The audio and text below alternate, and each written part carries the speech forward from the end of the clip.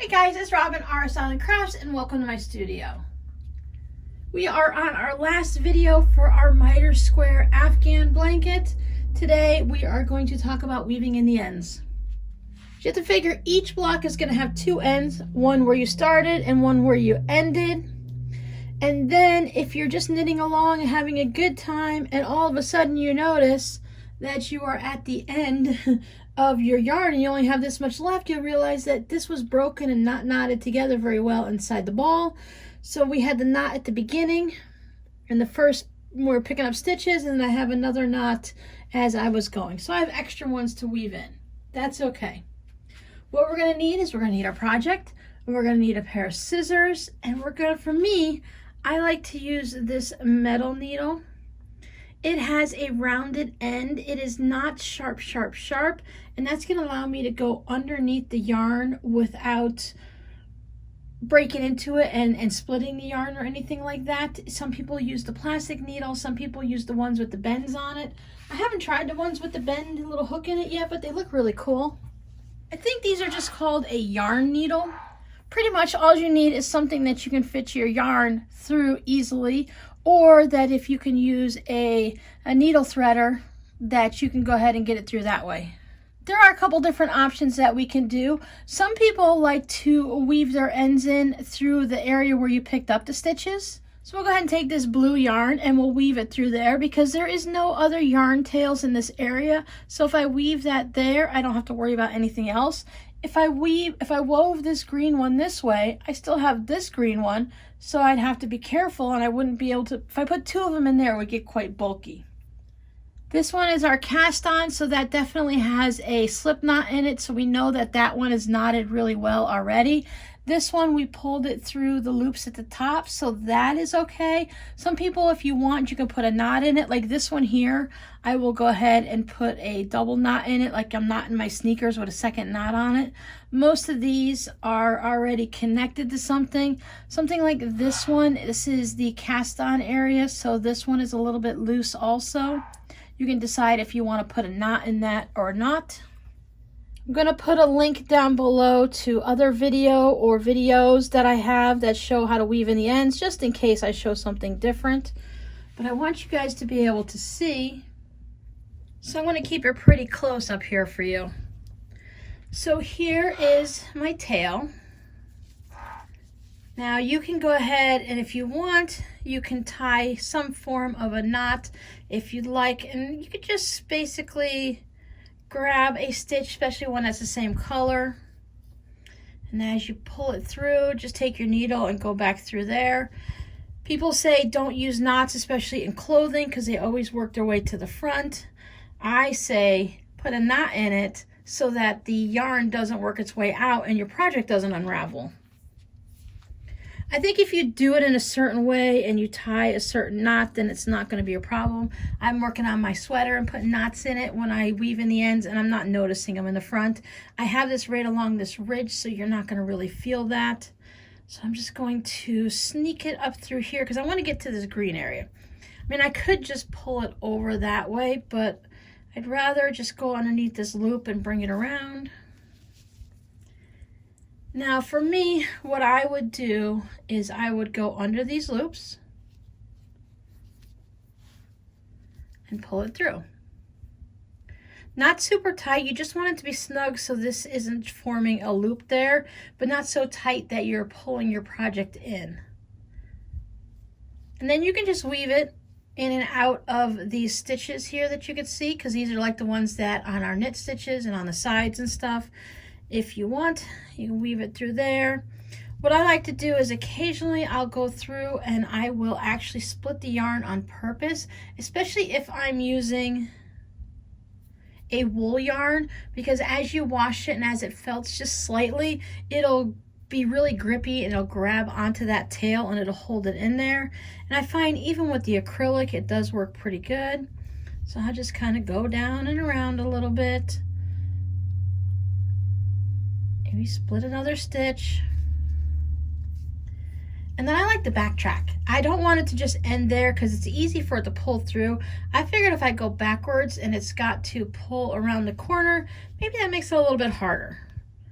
So here is my loop that I did when I came through. I'm actually going to split that loop. Again, you can do this any way you want, whatever works for you. There are lots of videos to watch online on how to weave in the yarn. And as I said, I will put my other one up, which could possibly be different than today. You know, we change as we go through and make more projects. And then I do like to leave, okay, I wouldn't leave it this long. Let's back up a little.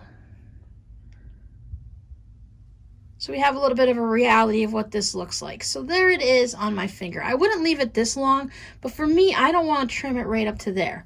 Not while I'm working on the blanket. Now, a lot of times, since I am still working on it, I might just go ahead and leave this one, or I'll trim it, maybe leave about an inch tail sitting there. You see that? And then after I finish the entire blanket and I give it its first bath and it goes through the washer or the dryer, or I use it for a while, I'll be able to see if this pulls through just a little bit. Maybe it needs to stretch out a little bit and this tail might get sucked in a little. If I trimmed it right up to there and the tail got sucked in, it might pop out somewhere else. Now, granted, I did go through a bunch and I backtracked and I did all that and I split the yarn, but I'm just going to leave that little bit. It's not going to hurt anyone. It's not going to bother me. So I'm just going to leave it there for later. Now let's go ahead and weave in this blue one. Now I recommend not leaving this for the last minute, weaving in your tails, unless it's like your favorite thing to do. Sometimes I have to trim it just a little bit to get a nice non-frayed edge. Now if you enjoy sitting down to a movie or two and weaving in 400 ends, then go for it. Me, I think it would end up sitting there and not getting finished, like maybe not being put together or the last couple blocks being made or whatever, just because I know I won't want to weave in all those ends. So I'm going to do mine, I'm going to weave mine in as I do the 9 patch. So on each grouping as a 9 patch that's going to get done, I'll weave it in. If I were doing this as an entire blanket, maybe I might do it once a week. If I'm knitting on this every day, maybe I'll do it when I hit 4 or 6 or 9 or whatever blocks. I just, whenever I feel like, I'll be like, okay, there's too many ends, let me go ahead and weave them in. Now I want to be able to weave this one in this section. Now I do have my little spine going up there, so I want to get a little bit further up here so I can weave it in with the stitches. And for that, once again, I'm just going to end up quickly, I'm going every other just because I want to move up the row a little bit. Again, not pulling it tight and not leaving it too loose. So the next thing I'm going to do is, if you look at your stitches, right, they have some that are a frowny face that go down like this, and some that are a smiley face that go like this. So you basically have this woven thing is what it looks like. So I'm going to weave my end into this woven area. So I'm just going to work my way into a spot. And let's say I'll go right here. Now if you look where I came out, right here is a frowny stitch, okay? So I'm going to duplicate that, and that stitch comes out of here where I did, and it goes down here. And if you follow a stitch, it doesn't just go right here. This goes down 2 rows when you're doing garter stitch. So I'm going to take it straight down to the next loop, because I can see where that stitch is gone down, and it comes back up around here. So it comes up there, and then it comes back to that same spot again. I don't want to have it too tight. Again, not loose so it's showing, but not too tight. So when I come up out of here, then I can see this one right here is another frowny one. So I'm going to go down, and I can see it right here, and it goes down here, and it turns out into this smile, and then it comes back up there. So I'm going to take this down. I'm going to follow it down through there. Not super tight. And then I could see it comes back up through there. Back down through there, and I'm just going to keep weaving it in that way till I get to, I don't know, 5, 6, depends on how long your tail is. through 5 or 6 stitches. And then again, I'm going to take it and I'm going to split a couple of these stitches.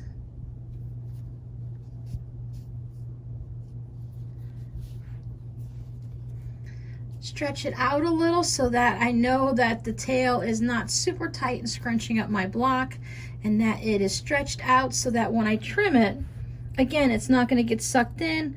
I leave about an inch or so. Again, I will trim these up later on after I finish the entire block, but for now I know that they have been woven in. So we went this way and went back a little.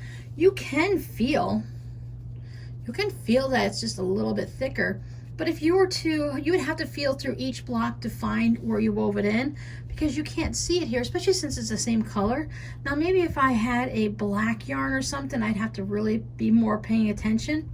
But if you weave your ends in into the color they came from, they're not going to be as noticeable.